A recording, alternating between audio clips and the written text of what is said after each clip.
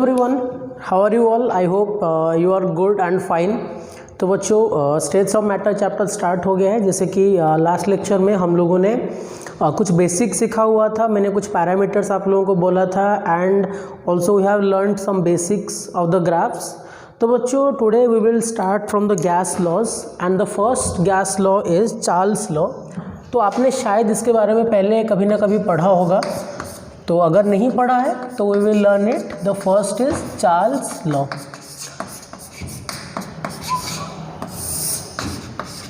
बच्चों Charles law ये बोलता है at constant pressure, at constant pressure of a given amount of gas, of a given amount of gas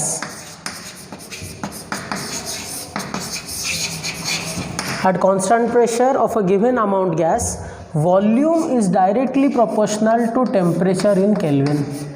Volume is directly proportional to temperature in Kelvin. इसको बच्चों box बना के रख लो, this is really important. Volume is directly proportional to temperature in kelvin. तो इससे बच्चों क्या लिख सकते हैं हम लोग? V1 by V2 is equals to T1 upon T2, ये हम लोग लिख सकते हैं। बच्चों आपको और एक बात, और एक फॉर्मूला है जो कि हम लोग सीखेंगे, आइडियल गैस इक्वेशन, बट शायद थोड़ा बहुत आपको पता ही होगा ये बात कि PV is equals to nRT। ये आइडियल गैस इक्वेशन है बच्चों, इसको आगे चल के हम लोग सीखेंगे, लेकिन इसका अभी बहुत यूज है इसलिए थोड़ा बता दे रहा हूँ। PV इक्वल्स टू nRT, जहाँ पे P है प्रेशर, V है वॉल्यूम, N है नंबर ऑफ मोल्स, R है यूनिवर्सल गैस कांस्टेंट, T है टेम्परेचर। इसको सीखेंगे हम आगे, लेकिन अभी के लिए याद रखो PV is equals to nRT। तो यहाँ से बच्चों मैं एक रिलेशन अगर निकालूंगा V का, तो V का रिलेशन क्या आएगा बच्चों? nRT upon P। nRT upon P आ जाएगा V का relation. This would be V equal to nRT by P। आप खुद सोचो बच्चों, यहाँ पे जो स्टेटमेंट लिखा है at constant pressure given amount of gas, यानी कि गिवन अमाउंट ऑफ गैस यानी कि बच्चों नंबर ऑफ मोल्स भी क्या है? फिक्स्ड है। गिवन अमाउंट ऑफ गैस यानी कि पर्टिकुलर नंबर ऑफ मोल्स है, यानी कि उसका n क्या है बच्चों? फिक्स्ड है। R एक कांस्टेंट है तो ये फिक्स्ड है, और यहाँ पे कांस्टेंट प्रेशर यानी कि प्रेशर को भी हमने कांस्टेंट कर दिया, यानी कि n constant, R constant, P भी कांस्टेंट। तो V और T में जो ये रिलेशन लिखा है बच्चों, तो nR बाई P क्या है? कांस्टेंट हो जाएगा, क्योंकि n constant, R constant, P constant, तो उसको V इक्वल्स टू KT भी हम लोग लिख सकते हैं, क्योंकि ये फॉर्मूला है। K एक कांस्टेंट है, V equal to K into constant into T। ठीक है, तो आई होप ये पॉइंट आपको समझ में आ गया होगा। उसके बाद बच्चों हम लोग कुछ ग्राफ्स बनाएंगे इसके ऊपर। तो सिंपल ग्राफ से अगर स्टार्ट करेंगे बच्चों, अब मान लो मैं यहाँ पे V लेता हूँ वॉल्यूम y एक्सिस में, टेम्परेचर इन केल्विन को लेता हूँ x एक्सिस में। अब देखो बच्चों V और T क्या है बच्चों? डायरेक्टली प्रोपोर्शनल, यानी कि ग्राफ कैसा होना चाहिए? ऐसा होना चाहिए, सिंपली ऑरिजिन से स्टार्ट होगा। और यहाँ से भी देख लो, V को आप ले रहे हो y में, तो इसको y ले लो, इसको ले लो m, और t को x एक्सिस में हमने लिया है, तो y इक्वल टू mx का ग्राफ कैसा होता है बच्चों? y इक्वल टू mx का ग्राफ ऐसा होता है, ये मैंने सिखाया हुआ था आप लोगों को। लेकिन यहाँ पे बच्चों ये डॉटेड लाइन होगा, यहाँ पे ये पूरा ऐसे लाइन ना होके यहाँ पे इसको डॉट डॉट करेंगे, क्योंकि बच्चों ये जो टेम्परेचर है ये ज़ीरो अभी नहीं हो सकता। 0 केल्विन पहुंचना मुश्किल है, इसको एब्सोल्यूट ज़ीरो टेम्परेचर भी बोलते हैं। 0 केल्विन नहीं हो सकता, हम वहाँ पे अटेंड नहीं कर सकते, क्योंकि अगर हम लोग 0 केल्विन पे पहुंच जाते हैं बच्चों, तो वहाँ पे वॉल्यूम इतना श्रिंक हो जाएगा कि गैस या फिर कोई मॉलिक्यूल एग्जिस्ट नहीं करता, जो कि आपने क्लास 10 से पहले पढ़ा होगा। तो 0 केल्विन अटेंड नहीं कर सकते, इसलिए यहाँ पे इसको ऐसे पीछे से डॉट डॉट कर रहे हैं हम लोग। तो बच्चों इसका अगर स्लोप देखेंगे हम लोग, आप खुद सोचो, मैंने लास्ट क्लास में बताया था, अगर मैं ऐसे कर देता हूँ, ये जो थीटा एंगल है, थीटा एंगल है, एक्स एक्सिस के साथ कितना एंगल ये बना रहा है, टैन थीटा को बोलते हैं बच्चों हम लोग स्लोप। जब आप लोग मैथमेटिक्स में कोऑर्डिनेट ज्योमेट्री पढ़ोगे तो आपको ये चीज़ें और क्लियर हो जाएंगे। टैन थीटा को स्लोप बोलते हैं। अब थीटा वैल्यू क्या है सोचो, m हो रहा था क्या स्लोप का वैल्यू, ये कौन से एक्सिस कौन से ग्राफ से आया है? y equal to m graph से। तो यानी कि ये अगर y है, ये x है, तो ये है m का वैल्यू। तो इसमें देखो y is equals to m into x, y is equal to this value is m into x. तो यहाँ पे स्लोप का वैल्यू क्या आ गया बच्चों, यहाँ पे स्लोप का जो वैल्यू आ जाएगा वो आएगा nr/p। स्लोप का वैल्यू आ गया nr/p। कैसे आया अब खुद सोचो ना, y is equals to m into x, यानी कि ये हो गया y, ये हो गया x, तो m का वैल्यू यहाँ पे क्या आ गया m, यानी कि स्लोप का वैल्यू आ गया nr/p। तो बच्चों आप खुद सोचो, slope is inversely proportional to p होगा, slope is inversely proportional to p होगा। चलो और एक ग्राफ करके दिखाता हूं मैं आप लोगों को। अगर मान लो ऐसा एक ग्राफ मैंने लिया बच्चों, v यहाँ पे ले लिया मैंने, यहाँ पे ले लिया मैंने t इन केल्विन, ठीक है, t इन केल्विन ले लिया बच्चों मैंने। अच्छा और एक काम करते हैं, हाँ अच्छा इसको ऐसे रहने देते हैं। देखो अब मान लो यहाँ पे मैं डॉट नहीं कर रहा हूँ, ऐसे 3 प्रेशर ले रहा हूँ मैं। अच्छा और एक बात है बच्चों, इससे पहले कुछ बताता हूँ। यहाँ पे v और t यहाँ पे क्या है बच्चों, डायरेक्टली प्रोपोर्शनल है। अब इसमें खुद देखो कि यहाँ पे जो वैल्यू आ रहा है pv इक्वल्स टू nRT, यहाँ पे ये कांस्टेंट प्रेशर के लिए है, यानी कि इस ग्राफ में जितने भी पॉइंट है सबका प्रेशर क्या है बच्चों, कांस्टेंट है। कांस्टेंट प्रेशर के लिए ये ग्राफ है, तो इस ग्राफ को बोलते हैं आइसोबार। आइसोबार यानी कि सेम, आइसो यानी कि सेम, बार यानी कि प्रेशर, तो इसको बोलते हैं आइसोबार। समझ में आ गया बच्चों। अभी जो मतलब टर्म्स आ रहे हैं, टर्मिनोलॉजी को मैं आपको धीरे धीरे सिखा रहा हूँ, धीरे धीरे टाइम चलते आप लोग इसको सीख जाओगे। आइसोबार यानी कि बच्चों सेम प्रेशर, समझ में आ गया इस बात को। तो यानी कि ये एक पर्टिकुलर प्रेशर को शो करता है। अब ऐसे देखो बच्चों, इससे पहले और एक ग्राफ बनाते हैं। देखो यहाँ पे v ले लिया मैंने, और यहाँ पे टेम्परेचर इन सेल्सियस अगर मैं करूँगा तो क्या आएगा ग्राफ बच्चों। क्या ये ग्राफ आप खुद से बना सकते हो, एक बार ट्राई करके देखो। क्या ये ग्राफ आप खुद से बना सकते हो कि नहीं, एक बार ट्राई करो, वीडियो को पॉज करो और खुद से एक बार ट्राई करो। देखो बच्चों बड़े ही ध्यान से अगर देखोगे आप लोग, यहाँ पे कहाँ गया, v is equals to k into t है। k यानी कि यहाँ पे क्या वैल्यू है बच्चों, nr/p। टेम्परेचर यहाँ पे किस में है, केल्विन में है। अब बच्चों केल्विन को डिग्री सेल्सियस में कैसे कन्वर्ट करते हैं हम लोग, temperature in Kelvin equal to temperature in degree Celsius plus 273। तो इस वैल्यू को लेके यहाँ पे पुट कर दो, तो क्या आना चाहिए। देखो बच्चों ग्राफ को हम लोग रटेंगे नहीं, ग्राफ को सीखेंगे। तो यहाँ पे सिंपली क्या होगा, अगर ये वैल्यू है यहाँ पे पुट कर देता हूँ, तो ये क्या आ जाएगा बच्चों, v is equals to nr/p, और टी के जगह पे ये वैल्यू पुट करो। मैं 2 स्टेप को ओमिट कर रहा हूँ, आप मल्टीप्लाई करना खुद से। ये पूरा वैल्यू यहाँ पे पुट करो तो क्या ये आ जाएगा, T0 इन degree Celsius plus 273 into nr/p, ये आ जाएगा। तो अब ध्यान से देखो बच्चों, v क्या है, y में लिया है हमने, v को y में लिया, इसको y सोच लो। t क्या है यहाँ पे बच्चों, x सोच लो इसको क्या है, ये कांस्टेंट है। तो y is equals to m into x plus c का ग्राफ है कि नहीं बच्चों। खुद से देखो एक बार, इसको अगर हम लोग y लेते हैं, इसको हम लोग m लेते हैं, क्योंकि इसको x में लिया है हमने, x को लिया है t इन डिग्री सेल्सियस, y को v को लिया है y में, तो y is equals to m into x plus c. तो उसका ग्राफ कैसा आ जाएगा बच्चों, ऐसा आ जाएगा, y equal to M x plus c. अब खुद सोचो, ये जब अच्छा पीछे आएगा तो यहाँ पे क्या होगा बच्चों, 0 होगा। इसको थोड़ा मिटा देते हैं अभी, इसको पीछे डॉट डॉट करके जब लाओगे तो ये स्टार्ट होगा। ये बच्चों इसका वैल्यू क्या है, ये c का वैल्यू है 273 nr/p, इंटरसेप्ट का वैल्यू। इस लाइन का स्लोप कितना होगा बच्चों, ये m है, y is equals to m x plus c. m तो ये है, यानी कि इसका स्लोप वैल्यू भी कितना आ गया, ये थीटा जो भी होगा, m का वैल्यू जो है स्लोप भी आ गया इसका nr/p। स्लोप क्या आ गया बच्चों, nr/p, यानी कि इस लाइन और ये ग्राफ दोनों का स्लोप क्या है बच्चों, सेम है।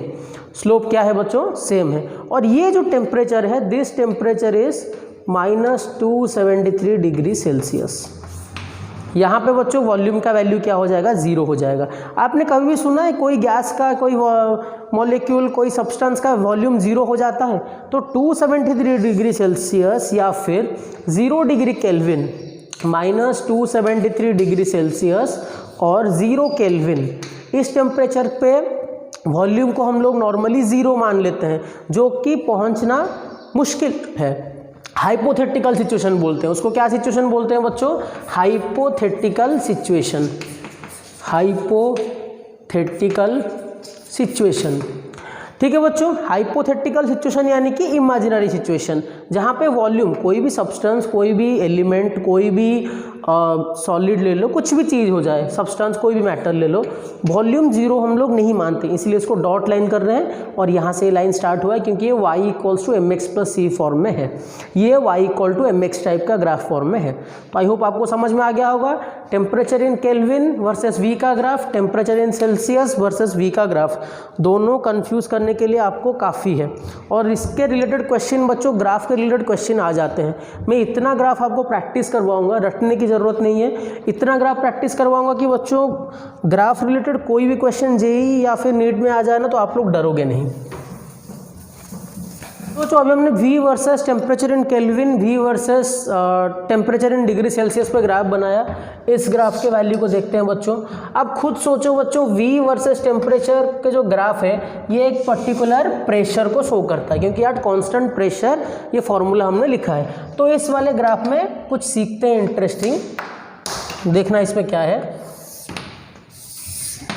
ये यहाँ पे वॉल्यूम ले लिया मैंने, यहाँ पे मैंने टेम्परेचर ले लिया, और मान लो मैंने ऐसे 3 प्रेशर ले लिया, P1, P2 और P3। अब बच्चों मेरे को पूछा है P1, P2, P3 में क्या रिलेशन है, P1, P2, P3 में क्या रिलेशन है। इसको निकालने का 2 मेथड है बच्चों। पहला मेथड है एक स्लोप मेथड, एंड दूसरा मेथड क्या है बच्चों? दूसरा मेथड है कांस्टेंट, एक आइडियल गैस इक्वेशन से एक मेथड है। मैं दोनों के दोनों आपको सिखाता हूँ। अब पहले खुद देखो बच्चों, ये जो एंगल है ये θ1 है, मान लो P1, P2, P3, इसको θ3। ये जो एंगल है बच्चों इसको हम लोग क्या ले लेते हैं, θ2। अब ये जो एंगल है बच्चों ये क्या है, θ1। P1 के साथ मैंने θ1 ले लिया, θ2 और उसके बाद θ3। आपको क्या पता है बच्चों, वहाँ पे मैंने लिखा है slope is inversely proportional to pressure, है कि नहीं बच्चों। यहाँ पे देखो θ1, θ2, θ3 के बीच में रिलेशन दिखता है आपको, θ1 > θ2 > θ3। अब tan θ1 > tan θ2 > tan θ3 होगा, यानी कि स्लोप अगर इन्वर्सली प्रोपोर्शनल है P के साथ तो इसका उल्टा होगा, यानी कि P1 < P2 < P3 होगा, P1 < P2 < P3 होगा, यानी कि P1 बच्चों क्या होगा, P1 हो जाएगा हाईएस्ट। ठीक है, I think I have done it right. P1, P2, P3, θ1, θ2, θ3 greater हुआ तो उल्टा आ जाएगा P1, P2, P3। ओके बच्चों। और इसका और एक मेथड क्या है बच्चों, और एक मेथड मैं आपको करके दिखाता हूँ। ये एक मेथड हो गया, और एक मेथड देखो इसका।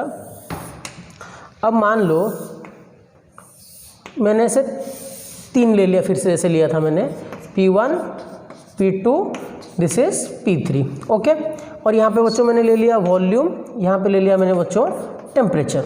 अब देखो बच्चों मैंने क्या किया, मैंने यहाँ पे एक कांस्टेंट लाइन खींच लिया जो कि है ये, ऐसे कांस्टेंट लाइन खींच लिया, यानी कि यहाँ पे वॉल्यूम को मैंने क्या किया बच्चों, कांस्टेंट कर दिया। एक पर्टिकुलर वॉल्यूम का मैंने लाइन खींच लिया, यानी कि यहाँ पे वॉल्यूम का वैल्यू क्या है बच्चों, कांस्टेंट है। अब सोचो PV = nRT का वैल्यू सोचो, PV = nRT। इसमें देखो बच्चों मैंने वॉल्यूम क्या कर दिया, कांस्टेंट कर दिया। n तो कांस्टेंट था, r तो कांस्टेंट था। अगर ये होता है बच्चों, मैंने वॉल्यूम कांस्टेंट कर दिया, r कांस्टेंट कर दिया, n और r कांस्टेंट कर दिया, क्या p directly proportional to t हो जाएगा। और 3 P1, P2, P3 के बीच में रिलेशन पूछा है, अगर ये कांस्टेंट, ये कांस्टेंट, ये कांस्टेंट हो गया तो p क्या हो जाएगा, p हो जाएगा nR/v × t। तो p हो जाएगा कांस्टेंट × t, यानी कि p is directly proportional to t हो गया। यानी कि अब इसमें देखो यहाँ पे बच्चों v यहाँ पे जिसमें क्रॉस कर रहा है इस पॉइंट पे, ये टेम्परेचर है, ये हो गया T1, ये हो गया T2, ये हो गया T3। अब बच्चों क्या आप बता सकते हो T1, T2, T3 में क्या रिलेशन है? ऑब्वियसली T3 बड़ा है, उसके बाद T2, उसके बाद T1। तो क्या लिख सकते हैं यहाँ से हम लोग? T3 greater than T2 greater than T1। इसके बाद लिखना बच्चों उसको T3 greater than T2 greater than T1। तो उस हिसाब से क्या हो जाएगा बच्चों? P3 greater than P2 greater than P1। दोनों रिजल्ट देख लो, क्या सेम रिजल्ट आया है? ऑब्वियसली सेम रिजल्ट आया है। हाँ, इसको एक ही बात है, ये इसको मैंने उल्टा करके लिखा है, लेकिन है तो ये सेम चीज़। इसका मीनिंग क्या है? P3 greater than P2 greater than P1। तो दो मेथड आ गए आपके पास सीखने के लिए। आई होप ये चीज़ें आप लोगों को क्लियर हो रहा है बच्चों। आराम से धीमे धीमे से देखना, कोई प्रॉब्लम नहीं है, कोई लोड नहीं है। आराम से इससे देख के आप लोग आंसर कर सकते हो। ठीक है, मैंने क्या किया? कुछ भी नहीं किया, सिंपली ग्राफ्स को प्लॉट किया है और सिंपल वैल्यूज़ मैंने बस इनपुट किया है। तो ये ग्राफ सारे इंपॉर्टेंट है। इसके बाद बच्चों इसके ऊपर हम लोग डिफरेंट क्या करेंगे? ग्राफ्स को प्लॉट करेंगे। So let's see that one. Okay बच्चों, तो मैंने यहाँ पे कुछ ग्राफ्स लिया हुआ है, जिन ग्राफ्स को आप रिलेशन देख लो। एक्स एक्सिस में कुछ वैल्यू, वाई एक्सिस में कुछ वैल्यू लिया है मैंने। तो इन सारे ग्राफ्स को हम लोग प्लॉट करना सीखेंगे बच्चों। अगर ये ग्राफ बनाना आप लोग सीख गए तो आपके लिए ग्राफ्स, मतलब ये ग्राफ के साथ ही हम लोग अभी खेलने लगेंगे। बहुत इजी लगने वाला है आप लोगों को।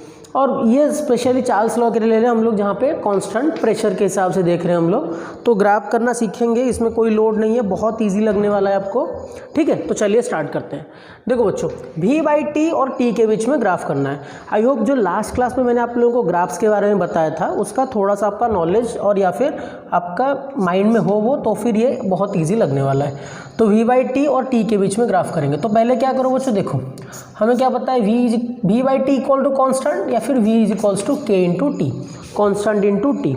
तो मुझे चाहिए V/T और T के बीच में रिलेशन। तो मैं क्या करूँगा, तो V/T को यानी कि T को यहाँ पे डिवाइड कर दो, तो क्या होगा? V/T is equals to constant हो जाएगा। यानी कि V/T, ये जो V/T है बच्चों, ये टेम्परेचर के साथ तो वेरी ही नहीं कर रहा है, तो V/T का वैल्यू तो कांस्टेंट है। तो आप कोई भी वैल्यू ले लो, V/T क्या है बच्चों? फिक्स्ड है। ये V/T का वैल्यू हमेशा फिक्स्ड है। तो ये क्या हो गया बच्चों? कांस्टेंट हो गया। आई होप ये आपको समझ में आ रहा है। आप कहीं पे भी जाओ, ये जो V/T का वैल्यू है बच्चों, ये फिक्स्ड है। ठीक है, ये क्या है बच्चों? फिक्स्ड है। ये क्या है बच्चों? कांस्टेंट है। ये वैल्यू K है, कांस्टेंट। आप खुद सोचो, V/T टेम्परेचर के साथ वैरी कर ही नहीं रहा है, जो वैल्यू है वो वैल्यू फिक्स्ड है, पूरा फिक्स्ड वैल्यू। V/T का वैल्यू क्या है बच्चों? कांस्टेंट है। ठीक है, अब देखो V/T और T के बीच में रिलेशन बच्चों हमें क्या पता है? V is equals to K into t, ये पता है, यानी कि कांस्टेंट इंटू टी। NR/P को मैंने कांस्टेंट ले लिया है। V equal to K into t. तो सिंपली क्या होगा? VT लाना है मुझे, तो यहाँ पे दोनों साइड पे T मल्टीप्लाई करो। VT is equals to K T square हो गया। ठीक है, अब देखो बच्चों VT कहाँ पे है? VT है वाई एक्सिस में, तो इसको मैंने y की तरह ट्रीट कर लिया।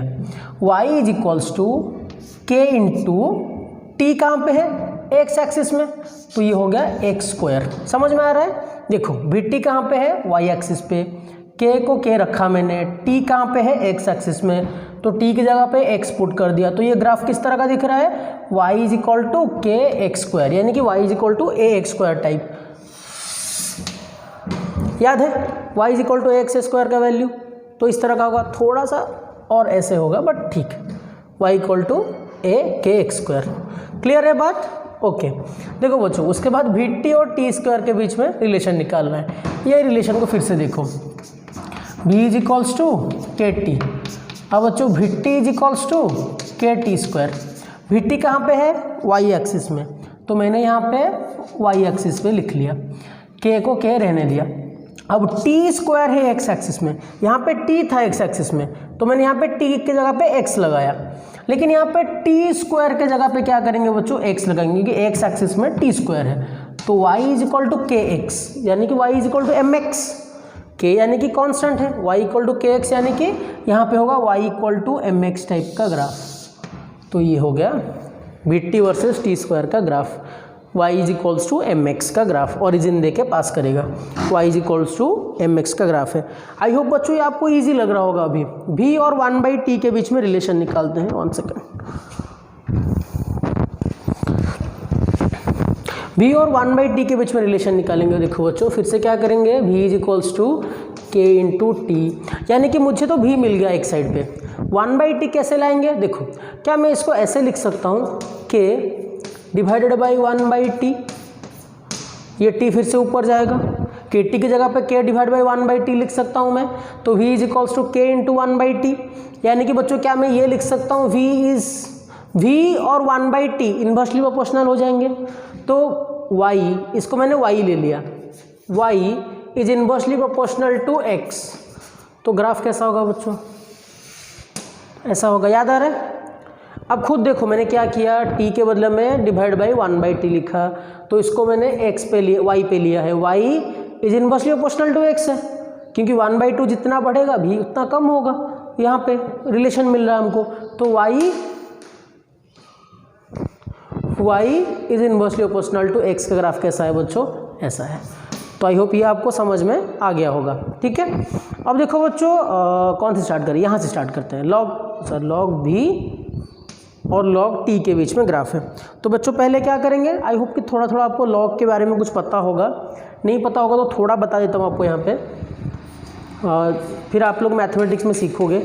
v इज इक्वल्स टू के टी है बच्चों, दोनों साइड पे log लगा देता हूँ क्योंकि log भी हम लोगों को चाहिए, तो log v क्या होगा बच्चों, log a इंटू बी, यानी कि log ऑफ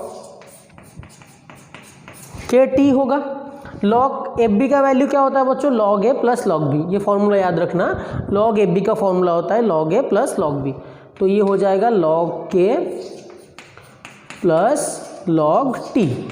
अब देखो ये हो गया log v को हमने कहाँ पे लिया है, y एक्सिस पे, तो ये हो गया y, इसको अगर मैं y की तरह सोचता हूँ, log t कहाँ पे है बच्चों, log t है x एक्सिस में, तो y is equals to x plus c type का कुछ ग्राफ आ रहा है, y is equals to x plus c, यानी कि यहाँ पे m का वैल्यू क्या हुआ होगा, 1 हुआ होगा, y is equal to M x plus c type में है, यानी कि c का वैल्यू हो गया log k, तो ग्राफ कुछ इस तरह का बनेगा।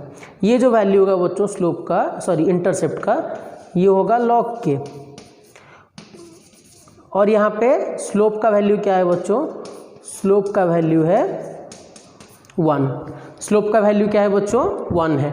देखो m की जगह पे अगर मैं 1 पुट कर देता हूँ तो इस तरह के ग्राफ आ रहा है, ठीक है। तो बच्चों स्लोप कहाँ पे 1 होता है पता है, स्लोप का फॉर्मूला क्या होता है, tan theta equal to 1, theta क्या होता है बच्चों, 45 डिग्री। तो ये जो एंगल है, ये एंगल में लिखूँ अगर, थीटा कितना आएगा बच्चों, 45 डिग्री। आई होप आपको समझ में आ गया होगा। ये है y, इसको मैंने y की तरह ट्रीट किया, इसको मैंने x एक्सिस पे लिया है, देखो y एक्सिस पे log भी लिया है, log t को लिया है मैंने x एक्सिस पे, तो y is equals to m का वैल्यू यहाँ पे 1 है, यानी कि x प्लस सी टाइप में है। देखो y is equals to x plus c, constant है ये एक, तो m का वैल्यू यहाँ पे 1 है, तो स्लोप का वैल्यू 1 है, एंगल क्या होगा, 45 डिग्री होगा, ठीक है। तो ये ग्राफ में पूछ सकता है आपको, इसमें आपको आना चाहिए ये ग्राफ्स बनाना। देखो बच्चों v और रूट टी के बीच में क्या है बच्चों, रिलेशन पूछा है, v और रूट टी के बीच में रिलेशन पूछा है। अभी हमें क्या पता है बच्चों, v is equals to k into t, तो बच्चों यहाँ पे क्या कर देंगे, v तो हमारे पास है, यानी कि रूट टी चाहिए, तो मैं क्या कर लूँगा, k इंटू, क्या इसको मैं रूट टी का स्क्वायर लिख सकता हूँ, तो ये इसको मैंने बच्चों कहाँ पे लिया है, y एक्सिस पे। अब रूट टी कहाँ पे है, x एक्सिस पे, x का क्या हो जाएगा स्क्वायर, यानी कि y इज इक्वल टू के से स्क्वायर का ग्राफ, इस तरह का ग्राफ आ जाएगा, y is equal to x square का ग्राफ, सिमिलर टाइप ग्राफ है। समझ में आ रहा है बच्चों, यहाँ पे रूट टी को मैंने क्या लिया है बच्चों, एक्स एक्सिस पे लिया है, ठीक है। आई होप ये पॉइंट आपको समझ में आ रहा होगा, ओके। फिर उसके बाद देखो बच्चों v और ln t के बीच में ग्राफ देखेंगे, थोड़ा सा टिपिकल है, लेकिन देखो v is equals to k into t, यानी कि t को मुझे ln t के हिसाब से लिखना है। मैं कैसे लिखूंगा बच्चों, अगर आपने थोड़ा सा e के बारे में पढ़ा होगा इससे पहले 10th क्लास में, अगर देख लो फिर भी सीख लो, t को अगर मैं ऐसे लिख सकता हूँ बच्चों, e to the power ln t, e to the power ln t, e to the power ln anything, मैं बोलूँगा e to the power ln a is equals to a होता है बच्चों, इस बात को याद रखना, e to the power ln a is equals to a। तो यहाँ पे e to the power ln t क्या होगा बच्चों, t होगा। v को मैंने कहाँ पे लिया है बच्चों, y एक्सिस में, ये होगा k constant, e to the power ln t को मैंने कहाँ पे लिया है बच्चों, x एक्सिस में। तो y इज इक्वल टू के ई टू द पावर x का ग्राफ कैसा है बच्चों, ऐसा कल मैंने बताया था, इस तरह कुछ यहाँ से स्टार्ट होगा, इसका ग्राफ ऐसे होगा। आई थिंक कल जो मैंने आप लोगों को सिखाया हुआ था उसी के बेस के ऊपर पूरा ग्राफ है। आई होप आपको समझ में आ गया होगा। इनमें से बच्चों कुछ भी डाउट आए, एक काम करते हैं, इसको 1 2 3 4 5 और ये 6 एंड ये 7 ग्राफ आपको बच्चों इजीली समझ में आ गया होगा, मुझे लग रहा है ये। अगर नहीं आए तो खुद से एक बार ट्राई करना, फिर से वीडियो को एक बार पीछे लेके देखना, फिर से समझ में आ रहा है कि नहीं आ रहा है। अगर फिर भी समझ में नहीं आए तो प्लीज़ ट्राई टू कॉन्टैक्ट में, आपको मैं इजीली समझा दूंगा। ठीक है बच्चों, तो आई होप ये पॉइंट्स आप लोगों को पूरा क्लियर हो गया होगा। This is all about Charles law. Will talk about Boyle's law. तो चार्ल्स लॉ गया, चार्ल्स लॉ पे क्या मिला आप लोगों को, at constant pressure for a given amount of gas volume is directly proportional to temperature in kelvin. तो यहाँ पे बच्चों हम लोग क्या देखेंगे, यहाँ पे ये होगा at constant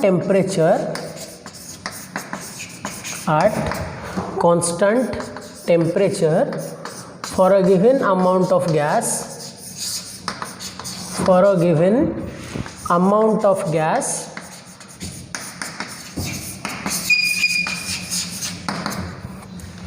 pressure is inversely proportional with volume. Pressure जितना बढ़ेगा वॉल्यूम उतना क्या होगा बच्चों, कम होगा। Pressure is inversely proportional to volume. तो यहाँ से बच्चों हम लोग क्या लिख सकते हैं, P equals to constant divide by volume. तो यहाँ से क्या लिख सकते हैं बच्चों हम लोग, PV is equals to constant. अगर PV is equals to constant है बच्चों तो हम लोग क्या लिख सकते हैं, P1 V1 is equals to P2 V2 is equals to constant. P1 V1 equals to P2 V2 is equals to constant. क्या ये समझ में आ गया आप लोगों को, P1 V1 equals to P2 V2 is equals to constant.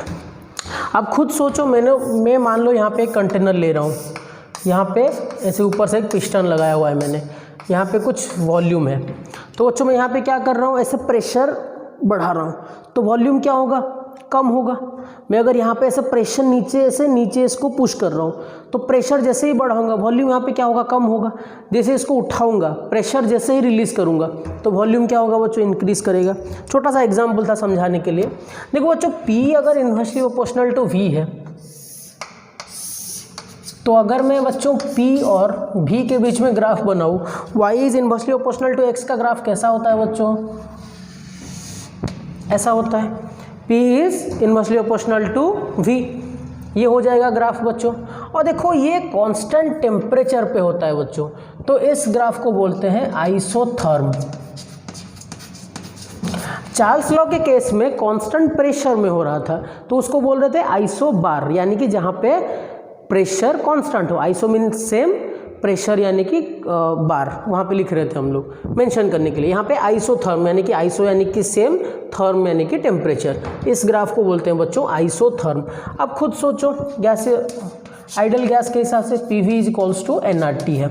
तो बच्चों यहाँ पे मैंने क्या किया, P इक्वल्स टू क्या लिखूँगा, nR by V into T, ये लिख सकता हूँ मैं। यस, nRT कांस्टेंट अगर हो गया तो P क्या होगा बच्चों, inversely proportional to V। N तो कांस्टेंट है for a given amount of gas, यानी कि N कांस्टेंट। R तो फिक्स्ड है। T क्या है बच्चों, टेम्परेचर। टेम्परेचर को मैंने कांस्टेंट ले लिया तो यहाँ से क्या मिल रहा है बच्चों, P is inversely proportional to V। ये रिलेशन मिल रहा है आप लोगों को, ठीक है। I think this is very clear to you. लेकिन इसमें बच्चों इंटरेस्टिंग अब क्या है, जैसे हम लोगों ने ग्राफ बनाया था लास्ट टाइम, तो अगर मैं ऐसे कर देता हूँ, मान लो यहाँ पे मैं, अच्छा ये क्या कर रहा है बच्चों, एक पर्टिकुलर टेम्परेचर को शो कर रहा है एट कांस्टेंट टेम्परेचर, ये एक पर्टिकुलर टेम्परेचर को शो करता है। तो मैंने क्या किया बच्चों, P और V के बीच में ग्राफ लिया, जहाँ पे बच्चों मैंने 3 टेम्परेचर अलग अलग लिए, तो सबके लिए ग्राफ अलग अलग होगा।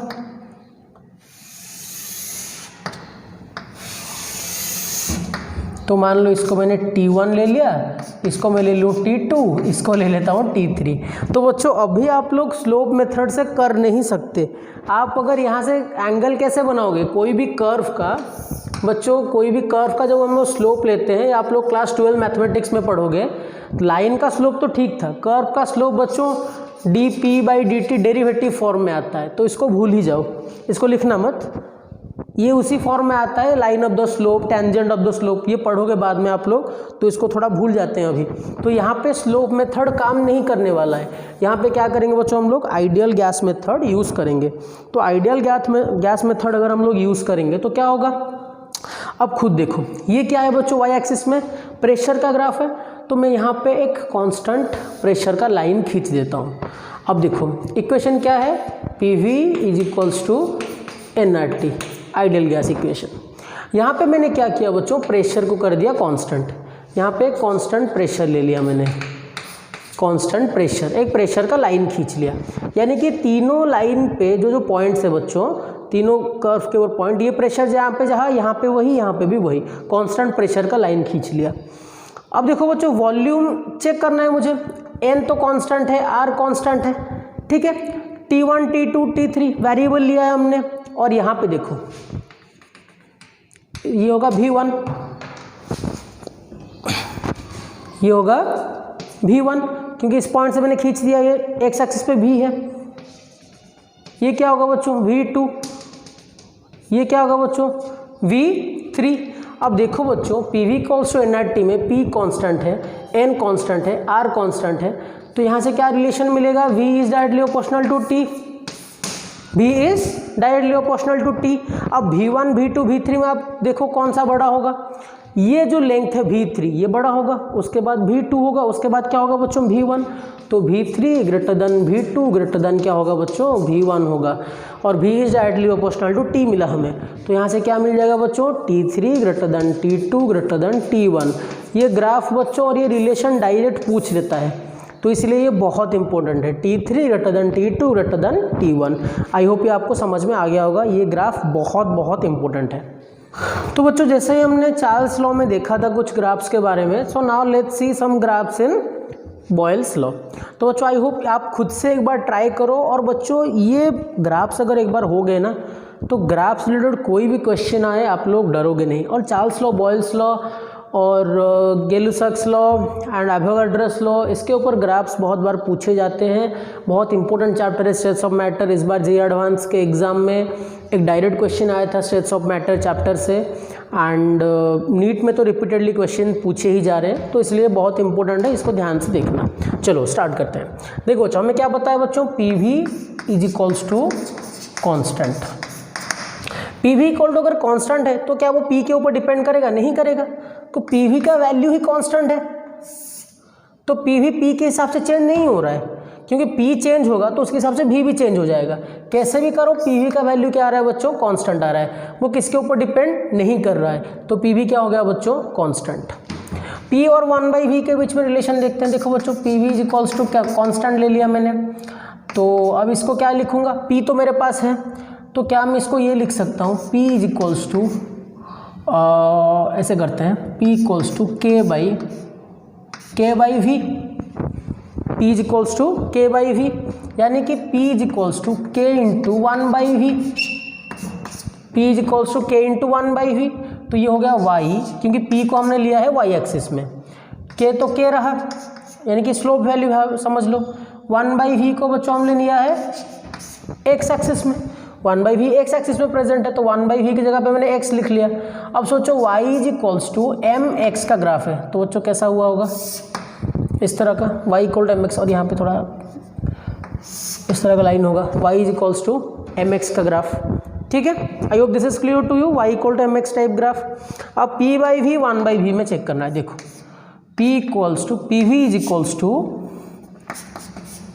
कांस्टेंट है बच्चों, अब P/V लाना है हमें, और वहाँ पे 1/V भी लाना है, तो क्या करेंगे, एक काम करते हैं, दोनों के साइड में PV और 1/V ना, आई थिंक, अच्छा P/V 1/V, तो एक काम करते हैं, देखो P इज इक्वल्स टू, यहाँ पे लिखते हैं पी भी इज इक्वल्स टू कॉन्स्टेंट। तो यहाँ पे काम करेंगे P is equals to K by we, भी यहाँ पे डिवाइड हो गया के बाई वी, और हमें चाहिए अभी P बाई वी। अच्छा हाँ चलो अब क्या करते हैं, फिर से वी डिवाइड करते हैं यहाँ पे P by we is equals to K by, ये हो जाएगा 1 बाई वी स्क्वायर। मैंने दोनों साइड पे v डिवाइड किया, समझ में आ रहा है आपको। पी वी इक्वल्स टू के हो गया, मैंने क्या किया इस v को यहाँ पे डिवाइड कर दिया, तो p हो गया k इंटू 1 बाई वी। तो p अभी दोनों साइड पे v डिवाइड किया मैंने, तो p बाई वी हो गया k by we square. p by we को बच्चों मैंने कहाँ पे लिया है, p बाई वी को लिया है मैंने y पे, equals to k into 1 by we square. 1 by we square होता है 1 बाई वी का स्क्वायर, यानी कि ये हो गया के एक्स स्क्वायर। 1 बाई वी की जगह पे x, क्योंकि यहाँ पे x पे मैंने लिया है 1 बाई वी, तो 1 बाई वी का स्क्वायर यानी कि y equal to K square, K x square. तो ग्राफ कैसा आएगा बच्चों, इस तरह का ग्राफ आएगा, y equal to M X K x square या फिर ए एक्स स्क्वायर का ग्राफ। अब देखो p बाई वी और 1 बाई वी स्क्वायर के बीच में रिलेशन देखना है, तो इसी को फिर से यूज़ करते हैं जो इस तरह का मैंने बनाया है यहाँ पे, p by we is equals to k into 1 by we square. p by we को मैंने लिया है बच्चों y एक्सिस में, देखो y एक्सिस पे लिया है मैंने, 1 बाई वी स्क्वायर को हमने लिया है x एक्सिस पे, तो y is equal to M x, origin देके पास करेगा, y equals to M x. Simple है, okay. Log p log v के बीच में ग्राफ है, तो क्या करेंगे, पी भी is equals to constant, implies दोनों साइड पे लॉग लगाओ, लॉग पी भी यानी कि log p plus log v, तो ये होगा log p plus log v is equals to log k। ठीक है, तो v को मैं उस साइड पे लेता हूँ, तो क्या आएगा, log p is equals to minus log v plus log k। देखो बच्चों लॉग p को हमने कहाँ पे लिया है, लॉग p को हमने लिया है y पे, तो इसके बदले में मैं सपोज यहाँ पे y लिख रहा हूँ। लॉग v को हमने कहाँ पे लिया है, x पे लिया है, तो ये माइनस है, यहाँ पे है x, प्लस ये वैल्यू क्या आ गया c, तो m का वैल्यू यहाँ पे क्या है बच्चों, -1, m का वैल्यू -1, यानी कि y equal to minus m x plus c. तो ग्राफ इस तरह का आएगा, स्लोप नेगेटिव है। ये एंगल क्या होगा बच्चों, ये एंगल होगा 135 डिग्री, ये एंगल 135 डिग्री होगा, क्योंकि स्लोप का वैल्यू -1 है। स्लोप का वैल्यू क्या है बच्चों, स्लोप यहाँ पे -1 गिवन है। ये हो गया log p versus log p v का ग्राफ। ये है बच्चों, इसको बोलते हैं इंटरसेप्ट, जिसका वैल्यू है लॉग k। c बोला था ना मैंने यहाँ पे, इसका वैल्यू क्या होगा बच्चों, लॉग k। आई होप ये आपको समझ में आ गया होगा। ठीक है बच्चों, तो हमने यहाँ पे चार्ल्स लॉ और बॉयल्स लॉ को कंप्लीट किया है, तो आई होप आपको ये समझ में आ गया होगा। अगर बच्चों चार्ल्स लॉ बॉयल्स लॉ में कुछ भी डाउट है आप लोगों को, तो please try to contact me. और ये नॉर्मल सारे ग्राफ्स आपको बुक में देखने को कभी भी नहीं मिलेंगे, और इतना मैं गारंटी के साथ बोल सकता हूँ आप लोगों को। तो अभी जो नोट्स मैं क्लास पे लिखवा रहा हूँ आपको, इसको नोट्स बना के अच्छे से रखो, अगर ये पॉसिबल तो वो नोट्स बहुत काम में आने वाला है, तो उस नोट्स को तो बना के रखो। नोट्स में अगर आपके पास जो भी बुक्स है उससे ऐड करके कुछ पॉइंट्स लिखो, सीरियली लिखो, तो कुछ ना कुछ ऑब्वियसली एक्स्ट्रा फैक्टर्स आप लोगों को मिल जाएगा इसके रिलेटेड, या फिर इसका जो डेफिनेशन मैंने लिखवाया स्टेटमेंट लॉ का, उसको भी देख के लिखो, तो वो भी हेल्पफुल होगा आप लोगों को। सो आज की क्लास के लिए इतना ही रखते हैं। नेक्स्ट क्लास में बच्चों जो नेक्स्ट रूल्स है, लॉज है, उसको सीखेंगे हम लोग। सो आई होप आप लोगों को मज़ा लग रहा होगा। सो बच्चों पढ़ते रहो, मेहनत करते रहो। Have a very nice day and thank you.